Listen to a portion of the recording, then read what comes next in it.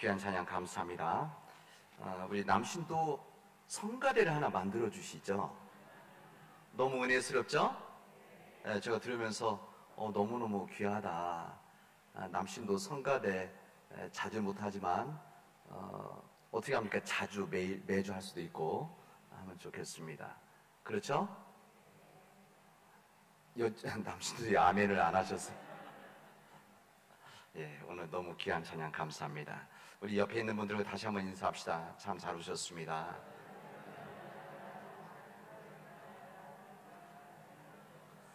지난 추석 연휴 기간 동안에 타지에 출타 많이 하는 가정들이 많이 있었기 때문에 지난주에 많이 함께 만나질 못했는데 오늘 연휴 마치고 건강한 몸으로 우리 다시 만나게 돼서 참으로 기쁘고 반갑습니다.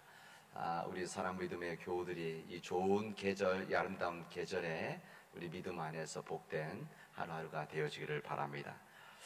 미국에서 발행되는 세계적인 주간지 타임지에 이제 우리나라도 항상 나옵니다. 이 타임지에서 매년 한 해 동안 그래도 가장 유력한 또 이름 있는 또 유명한 한 사람 뽑아서 올해의 인물 이렇게 해서 이렇게 뽑는 전통이 있습니다. 작년에는 얼렌 머스크 테슬라 차 회사 회장이 올라왔었고 연말에 꼭 한 명씩 나오죠. 올해의 인물.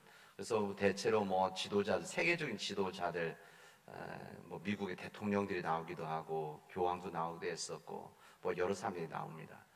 근데 제가 기억으로는 제 대학 2학년 때 제가 찾아봤더니 그게 대학 2학년 때더라고요. 82년도.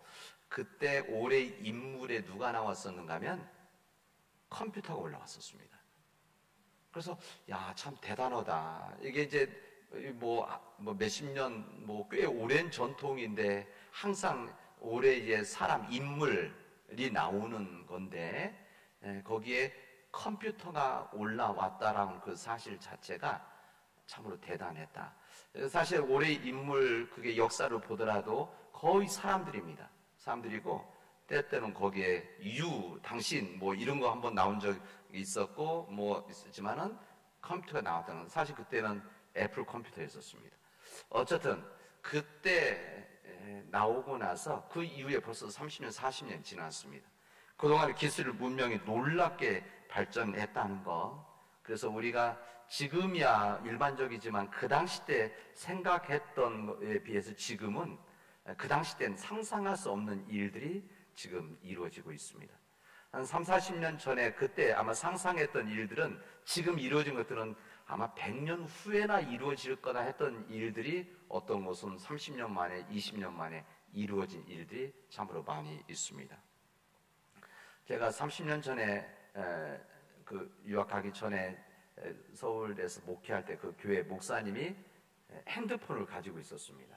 핸드폰을 가지고 있었는데 그 핸드폰 그 모타롤라 회사 거였었죠. 혹시 기억하시는지 모르겠습니다. 그때 이 전화기를 가지고 다니셨는데 이제 교회에서 이렇게 구입을 해주셨는데 이 전화기를 가방에다 넣어서 가지고 다녔습니다. 왜 그랬겠습니까? 커서 가방에다 넣어야지 손으로 이렇게 호주머니에 넣을 수도 없고 들고 다닐 수가 없어요. 그래서 가방에 넣어서 들고 다녔습니다.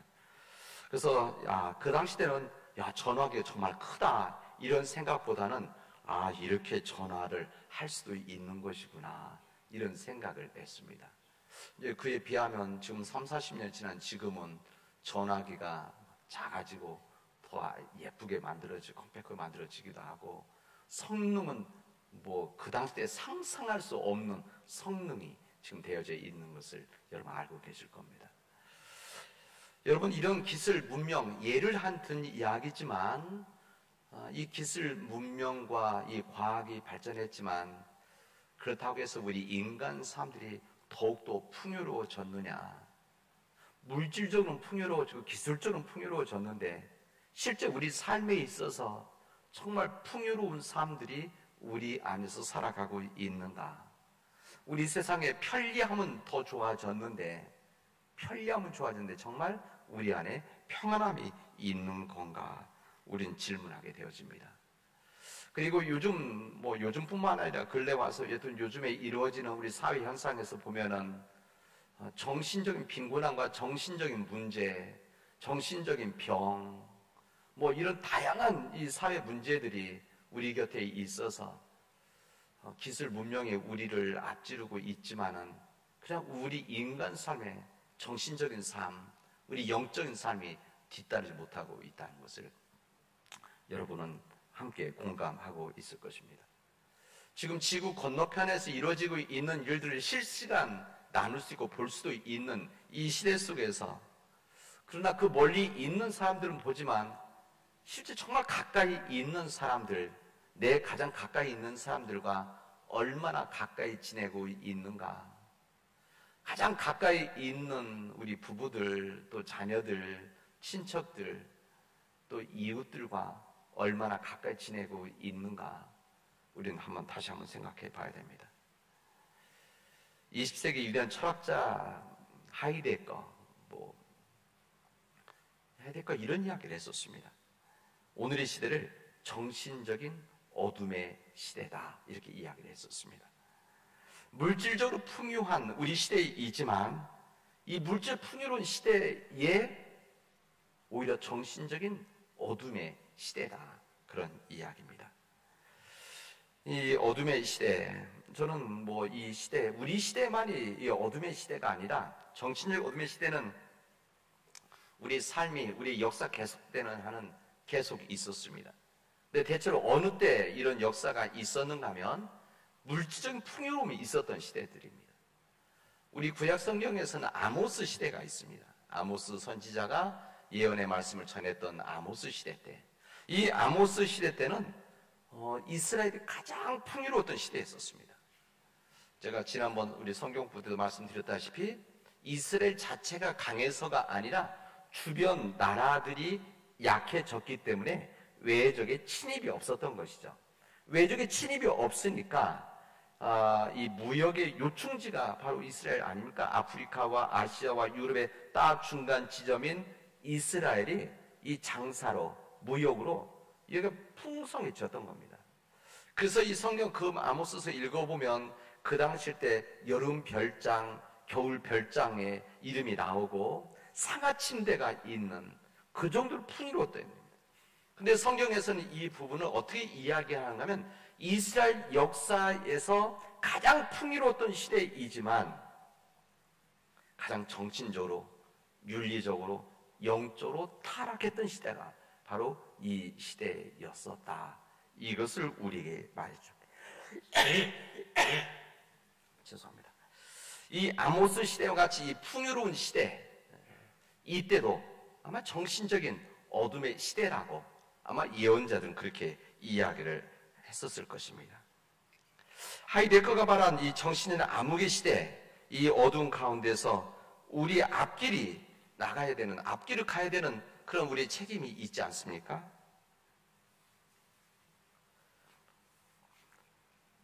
이 어둠의 시대에 이 어둠을 밝히는 빛이 있어야 되는데 우리 시대에, 우리 삶 가운데 그 빛이 무엇인가? 분명히 성경은 우리에게 말씀하십니다. 그 빛이 바로 하나님의 말씀이다, 말씀입니다. 시편 119편에 하나님의 말씀은 내 발의 등불이요 나의 길의 빛입니다, 이렇게 이야기합니다. 하나님의 말씀은 내 발의 등불이고 나의 길의 빛이라고 하는 이 주님의 말씀은 이 어둠의 시대에 우리가 누구를 따라가야 될 것인가, 어떤 힘에 따라서 가야 될 것인가를 우리에게 알려주시는 주님의 말씀입니다. 오늘 우리가 읽은 이 구약의 말씀은 이 아브라함에 대한 이야기입니다. 이 아브라함 있는 이 창세기 12장은 이 성경 역사에서, 특히 구약의 역사 그리고 창세기 역사에서 인간이 실제적으로 삶이 시작되어진 부분이 바로 창세기 12장 아브라함의 이야기입니다. 근데 이 아브라함이 오늘 성경 본문에 이렇게 되어져 있습니다. 그의 가족들과 하란이라는 곳에 살고 있었는데 이게 바로 유프라데스 강 상류 지역입니다. 지금 말하면 이라크 정도 지역입니다. 이 지역에 있었던 이 아브라함에게 하나님께서 말씀하십니다. 너는 내가 살고 있는 땅과 네가 난 곳과 너의 아비 집의 집을 떠나서 내게 보여주는 땅으로 가라. 내가 너로 큰 민족이 되게 하고 너에게 복을 주어서 내가 크게 이름을 떨치게 하겠다, 이렇게 말씀하십니다. 여기 보면 네가 살고 있는 땅에서 떠나라, 가장 간단하게 말하는 이 부분입니다. 네가 살고 있는 땅, 옛날 성에는 본토 이렇게 되어져 있습니다. 네가 살고 있는 땅, 고향 땅을 떠나라. 그리고 내 친척 아비의 집을 떠나라. 가족들의 곁을 떠나라. 그리고 뭐라고 말씀하시는 거, 오늘 제목처럼, 오늘 설교 제목, 내가 너에게 보여줄 땅으로 가거라, 이렇게 우리 아브라함에게 이야기를 하십니다. 지금 우리 시대 속에서 이사하는 건 큰 불편함이 없습니다. 약간 불편함이 있지만 그냥 두려워하지는 않습니다. 해외로 나간다는 것도 말에 언어의 문화의 차이가 있어서 약간의 불편함이 있지만 지금 그렇게 두려워하지를 않습니다. 그러나 이 창세기 12장에 있었던 이 아브라함 시대 때는, 이때는 지금과 다른 시대였기 때문에 큰 차이가 있습니다. 무슨 말인가 하면은, 그 당시 때 이사를 한다는 것은 엄청난 삶의 변화라고 할 수가 있습니다. 그 당시 때 보호를 해 주었던 것은 땅이고 가족들이었었습니다. 이 땅이라고 하는 것은 자기가 살고 있는 땅, 지금하고 좀 다르겠지만 그래도 우리 남원이라고 한다면, 우리 남원이라는 데는 요천이 흐르고 옆에는 우리 교룡산도 있고 이쪽 건너편에는 우리 지리산도 있어서 이런 것들이 우리를 보호해 주는 큰 힘이 되어지는 겁니다. 강물이, 섬진강물이 있고, 또 겨울철에는 이런 추위가 있고, 여름철에는 이런 더위가 있고, 봄에는, 가을에는 이런 모든 자연의 것들을 알고 있기 때문에 그런 때마다 때로는 어려움이, 힘듦이 있을 때 보호할 수 있는 힘이 되어진 겁니다. 추울 때는 어디로 피해야 되고, 만약 비가 많이 오고 홍수가 났을 때는 어디로 가야 되고, 이게 자연, 땅이 지켜주는 보호들이죠. 뿐만 아니라 외적이 침입했다든지 외 사람이 왔을 때 그것을 지켜주었던 것은 우리 가족들 아니겠습니까? 부족들이죠. 그 지역에 같이 살고 있던 사람들이 보호를 해주었던 그런 시대였었습니다. 그런 시대 속에서 하나님께서 아브라함에게 너는 네가 난 곳과 내가 친척 아비 집을 떠나라 하는 것은 그냥 단순히 이사라는 차원을 넘어서 중요한 의미를 담고 있습니다. 그 시대 때에 가장 큰 형벌이 무엇인가 하면, 무슨 일을 잘못했을 때 가장 큰 형벌은 사형이었었습니다. 근데 사형 다음에 그 다음에 벌이 뭔가 하면 추방입니다. 감옥에 넣을 수도 있고 교도소 지금 넣을 수도 있지만, 그 지역에서 추방시킨다는 것은 나가서 죽어라, 이런 이야기입니다. 왜 그런가 하면, 추방된다는 것은 다른 지역에 가면 보호를 받을 수 없기 때문에 그렇습니다. 오늘 하나님께서 아브라함에게 너희 친척 아비집 그리고 너희 본토 땅을 떠나라 하는 말씀은 단순히 이사를 하라는 것이 아니라, 지금까지는 자연이, 인간이 너를 보호해 주었지만 이제부터는 네가 이 길을 떠나면, 내 말을 듣고 순종하고 떠나면 그 다음부터는 내가 너희를 지키고 보호해 주겠다라고 하는 하나님의 말씀입니다. 아브라함은 그 말씀 앞에 순종을 하게 되어집니다. 아브라함은 그때까지 자기 능력, 자기의 힘, 그리고 주변의 자연의 힘, 땅의 힘, 그리고 친척, 아비, 집, 가족들입니다. 이런 도움을 받고 보호를 받았지만, 세상적인 인간적인 보호를 받았지만, 하나님께서 부르셨을 때는 이제 인간적인 보호가 아니라 하나님의 보호하심으로 너를 인도하겠다라고 하는 하나님의 뜻 앞에 순종하고 그 길을 떠나게 되어집니다. 그가 떠날 때 여든이라고 했습니다. 여든이라고 하는 것은 그의 나이가 말해주듯이 그냥 그 지역에서 안정된 삶을 살아갈 수 있는 그 나이가 아닙니까? 그냥 가족들이 있고 친척들이 있고 익숙한 그 지역이 있지만, 그럼에도 불구하고 하나님의 부르심 앞에 순종하고 그 길을 떠나게 되어집니다. 그래서 그 하나님의 인도하심에 떠남으로 인해서 오늘 성경에서 뭐라고 하면 그가 복의 근원이 되어졌다, 이렇게 말씀하십니다. 우리가 주님의 뜻에 따르면, 주님의 인도하심 앞에, 주님 보호하심에 맡기고 그 삶을 살아가면 그때부터는 우리가 복된 자가 되어지는 것이고, 우리 가정이 복된 가정에 내가 복의 근원이 되어진다는 것을 우리에게 말씀해 주십니다. 신약에서는 이 부분을 우리에게 뭐라고 말씀하시는가 하면 이것을 거듭남이라고 이렇게 말씀하십니다. 사도 바울은 이렇게 고백을 하죠. 예수 그리스도 안에 있으면 새로운 피조물이라. 이전 것은 지나갔으니 보라 새 것이 되었도다. 이렇게 말씀하십니다. 여기 예수 그리스도 안에 있으면 새로운 피조물이 되어진다는 거예요. 이 새로운 피조물이 되어진다는 것은 우리의 모습과 우리의 무슨 본질이 바뀌어지는 것이 아니라 새로운 피조물이라고 하는 것은 우리 구약의 아브라함의 말씀 믿음으로 말씀한다면 이전에는 인간의 힘, 자연의 힘에 의지하고 살았다고 한다면 세상적인 물질, 세상 권력, 세상 명예, 세상 쾌락 이 모든 것이 나를 지켜주는 힘이었다고 한다면 이제부터는 하나님이 지켜주시고 보호하시는 그 믿음의 삶을 살겠다고 하는 믿음의 결단입니다. 이것을 사도 바울은 예수 그리스도 안에 있으면 새로운 피조물이라고 말씀하고 있는 것입니다. 이전 것은 지나갔으니 보라 새 것이 되었도다. 이전 것이 무엇입니까? 이전 것은 예전에 인간의 힘을 믿고 세상의 힘을 믿고 돈의 힘을 믿었던 이전 것은 지나갔고 이제 우리는 새로운 존재가 되어졌다. 새로운 삶의 길이 바뀌어졌다. 이것을 말씀하는 겁니다. 여러분 그 복음대로 살아간다는 것이 무엇입니까? 주님 말씀대로 살아가는 겁니다.